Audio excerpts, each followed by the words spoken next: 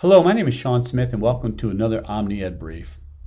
Now these briefs for this section have been on engagement and I've offered a couple, and in a way this is a preview to those. So if you've already seen a couple, this is in a way kind of connecting the dots, and if you haven't, this is a preview to ones you're about to see. Now mine have been focusing on engagement for digital solutions, or using digital solutions for that level of engagement. But in this brief, I want to focus in on, in a way, back to the future.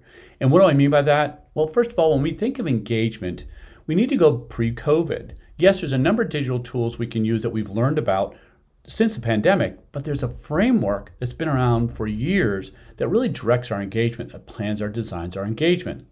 And it's a Universal Design for Learning framework. Now, many of you may be familiar with it. If not, we have some resources on omnied.org to talk to you about design planning with the UDL framework, or the Universal Design for Learning framework. One part of it is engagement, and it's broken into three sections.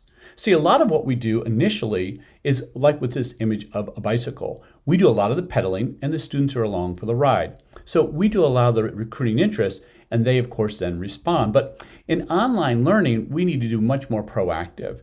We need to develop things that students can persist with, students can be somewhat independent with. In a way, they're biking along and they have training wheels to guide. That's us guiding them, but they're as independent as possible. And of course, finally, with the digital tools we want to use, we really want to maximize elements that allow individuals to be independent on their own self-regulation, on their own 10-speed. And so with that in mind, let's get into some digital solutions that would actually illustrate that.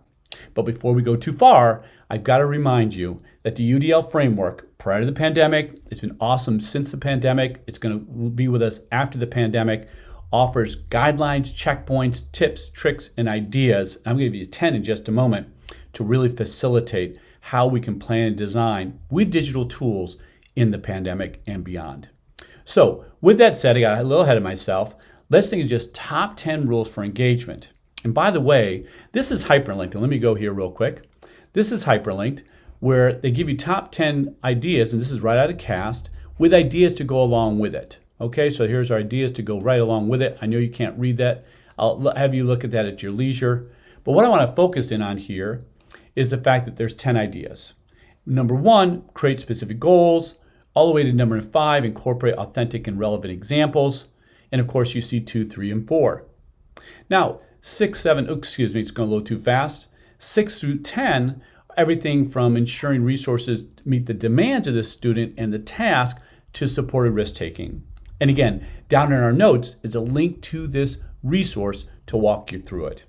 But before we leave, I want to build upon these general ideas, these things that were prior to us, the pandemic, that were with us, ways to, we know it will engage our learners.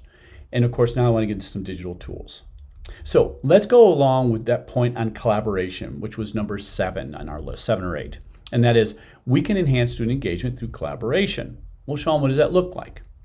Well, in a previous OmniEd brief, and if you haven't seen it, you can go back and take a look at it. Collaboration can really be fostered through Google Slides. Now, I'm not going to spend any time on this one beyond the fact that reinforcing what we already know. Google Slides sits inside Google Classroom. And what does it allow us to do? Well, for us, the instructor, we can post video, audio, text, images to direct the user and how to complete the slide. When they're done with our directions, they delete our directions, the slides are there. We can see what they're doing live. We can see what they're doing asynchronously. We can give feedback, things go along. But the more collaborative feature is students can sign in together, get on together, be it live, and like they could get on video conferencing and be talking to each other as they're doing this, or they could just simply be remotely and watch each other doing ad additions and things of that nature. And of course, we know student engagement will be enhanced when they are collaborating. All right, I'm jumping ahead a little bit too soon in these slides, I apologize. Another great tool to think about, and again, I offer further illustrations when it comes to the resources off the another OmniEd brief, and that is the interactive whiteboards. And interactive whiteboards offer some great tools. So Explain Everything is an awesome tool. Explain Everything is an interactive whiteboard. It's an app, it's a website, and it also allows for virtual collaboration. We have an OmniEd brief that discusses this in detail. Another one is Jamboard. That's part of our Google Classroom suite. It allows us to create interactive whiteboards. It allows us to do lots of different media, video, audio, etc. But also it allows us to collaborate in real time. And finally, Padlet. Padlet is awesome. It also has an interactive whiteboard, but so much more.